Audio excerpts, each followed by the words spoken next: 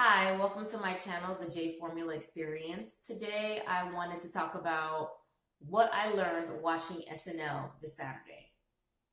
To be honest, just watching the opening of SNL this Saturday. It is a fact that SNL has their best stuff around election time. Like, they come out guns blazing, the jokes are hitting everywhere, they have people that looks like other people. This election year, I think, is the first time in a long time that I'm just like, I will most likely be using SNL to make my decision for who's going to be president. I think having Obama run for president was a once in a lifetime type of experience because I got to see a person of color and he was smart, he was charismatic. There was Michelle, there was the kids, and Michelle is just this awesome woman who does a great job representing women overall, and then being a Black woman on top of that was just icing on the cake. So I don't know if I'm ever gonna get something like that again. And I'm registered as an independent in Florida, so it's not like I have any say on the Democratic nominee. So really, it's like all I have to do is just show up on November 11th, and I don't even know if I'm gonna do that. I know, that's bad to say, but it is also a reality. I am pretty sure for many, many, many people in the country today, it's like, maybe, I don't know if I'm gonna show up. Who is Timothy Chalamet? I should look him up, right? I probably will do that.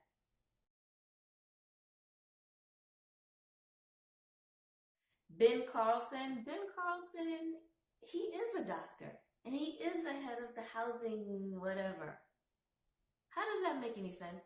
But then again, we all know Trump can do whatever the fuck he wants. I know that I thought that a president was limited in what they could do. And Trump has proved me so wrong. I think Obama was limited in what he could do.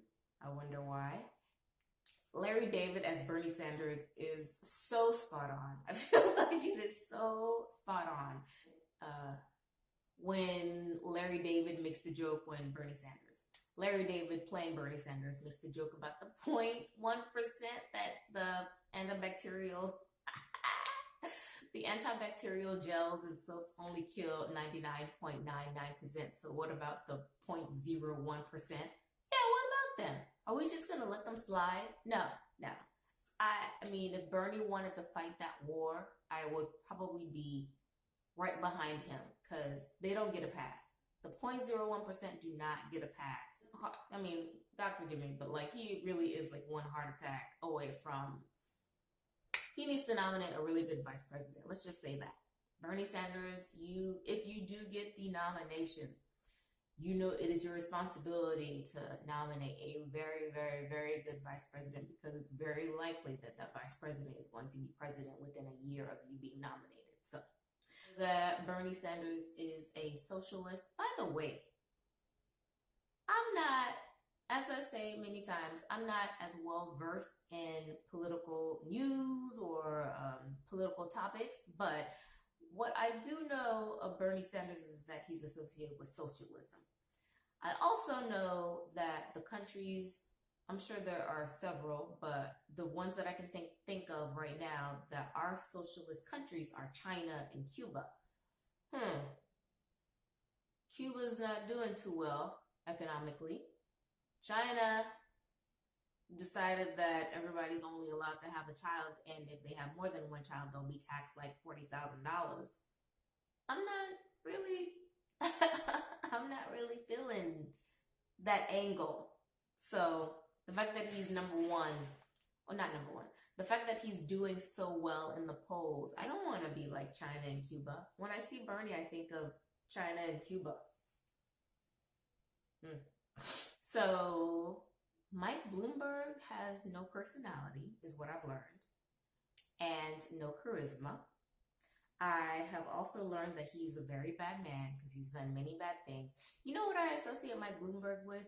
Stop and frisk in New York. And I remember that being a really divisive topic and anti Black and brown people. So, Elizabeth Warren, they did kind of portray her as a bully.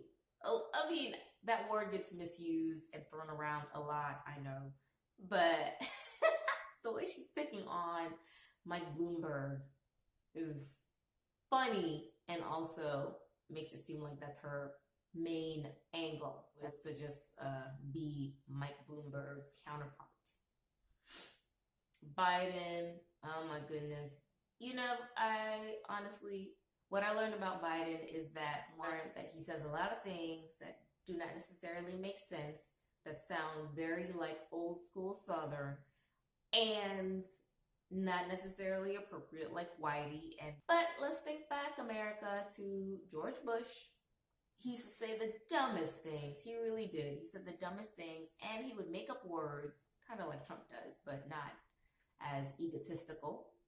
You know, I thought the 8 years that he spent with Obama would make him a little more in touch with what's appropriate and what's not, but maybe they were just really good meme.